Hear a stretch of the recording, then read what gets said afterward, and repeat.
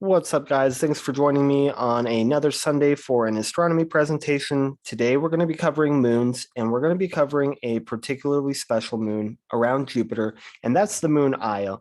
Io is rather unique looking. It's orange and yellow and white. And for a long time, we didn't know if it was an active system or if it was a completely dead moon, like some of the other moons that are around Jupiter.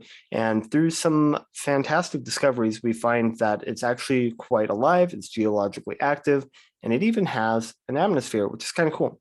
So let's take a look and dive in a little bit, surface level on Io.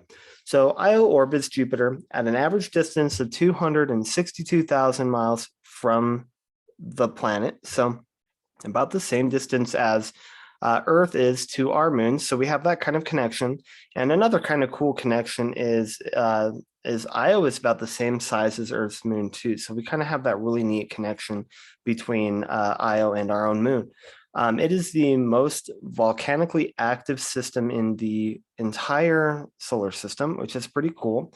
It is tidally locked to Jupiter with a revolution and rotation occurring at the same time in 1.8 Earth days.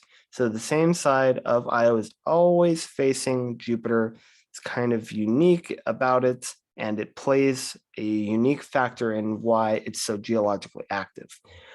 So Io was discovered by Galileo along with the other Galilean moons in 1610, and he used a refracting telescope, which is basically a tube with two polished glass lenses on either side. And Galileo was actually quite skilled with making these telescopes. He didn't invent them, but he was quite skilled at making them, although he did lament some of the quality of glass at the time. His best magnification was that 9 times magnification.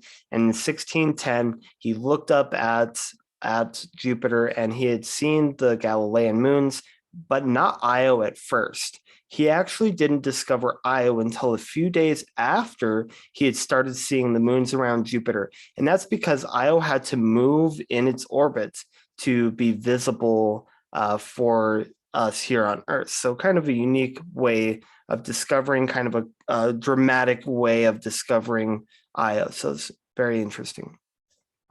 Next, we're going to dive a little bit deeper into Io. Again, Io is the same size as Earth's moon, about the same size as Earth's moon.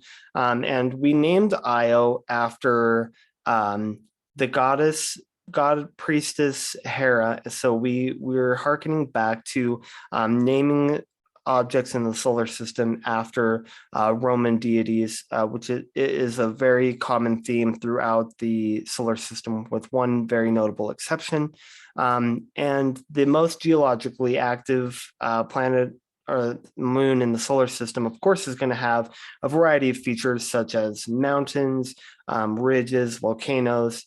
And as we mentioned previously, it does have a very thin atmosphere. It's got a sulfur dioxide atmosphere, and that's a result to a very large activity. As you can see in this image, we have a plume that extends hundreds of kilometers into space due to the low gravity of Io.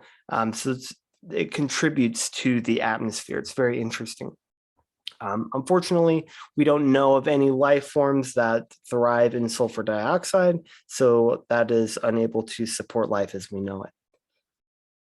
Composition of Io. So Io is a rocky world composed primarily of iron and silicate rock. Thanks to the materials that compose of Io, Jupiter's magnetosphere is actually twice as strong as what it would be without Io, which is kind of another neat fact.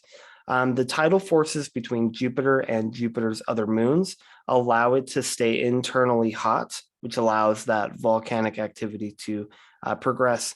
And the materials in that volcanism, the sulfur, that contributes to the yellow and the orange colors on the surface. So it's all kind of connected into one big package. So very interesting. So here's to the history of Io, to the discovery of Io, and we're definitely interested to see what else is going to come out of Io as we send more and more spacecraft and probes out that way. Thank you guys for watching this presentation. Again, these are the sources that I used. NASA's great. and enjoy the rest of your day.